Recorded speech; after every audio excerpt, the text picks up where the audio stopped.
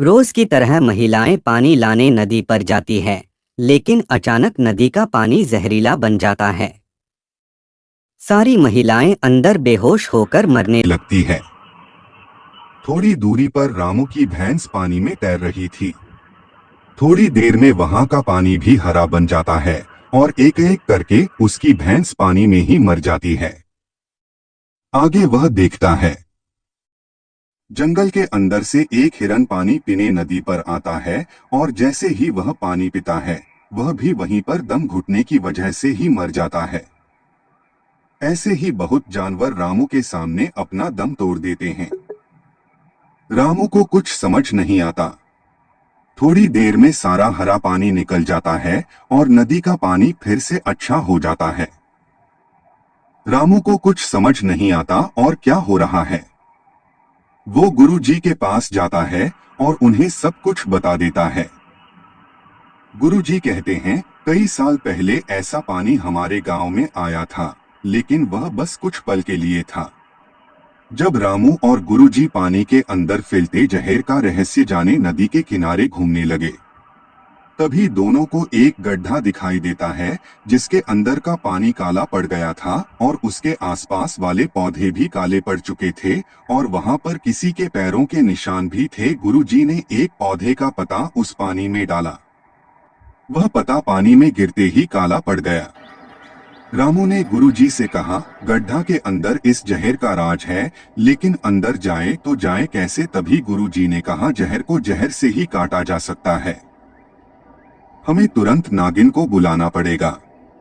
उसी का जहर इस गड्ढे के अंदर जहर को मिटा सकता है।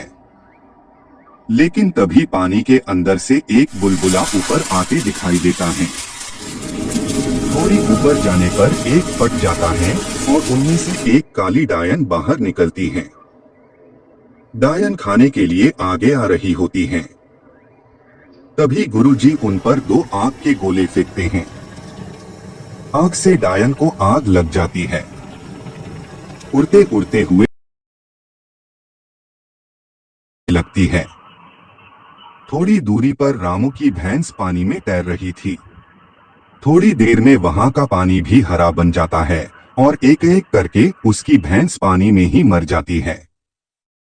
आगे वह देखता है। जंगल के अंदर से एक हिरन पानी पीने नदी पर आता है और जैसे ही वह पानी पीता है, वह भी वहीं पर दम घुटने की वजह से ही मर जाता है।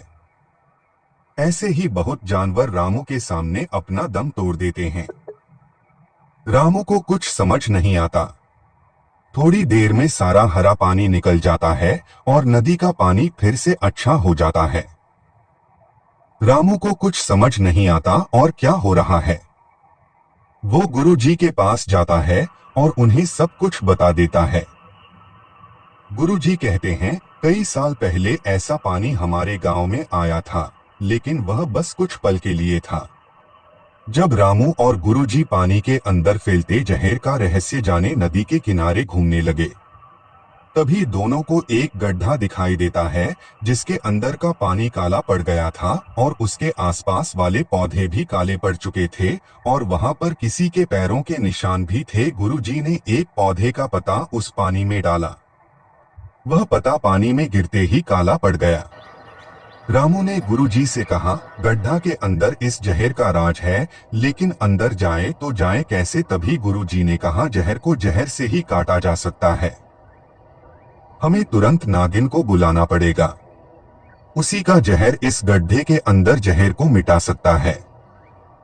लेकिन तभी पानी के अंदर से एक बुलबुला ऊपर आके दिखाई देता है।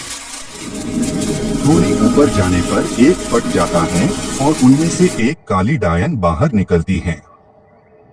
डायन खाने के लिए आगे आ रही होती हैं। तभी गुरुजी उन पर दो आग के गोले फेंकते हैं। आग से डायन को आग लग जाती है।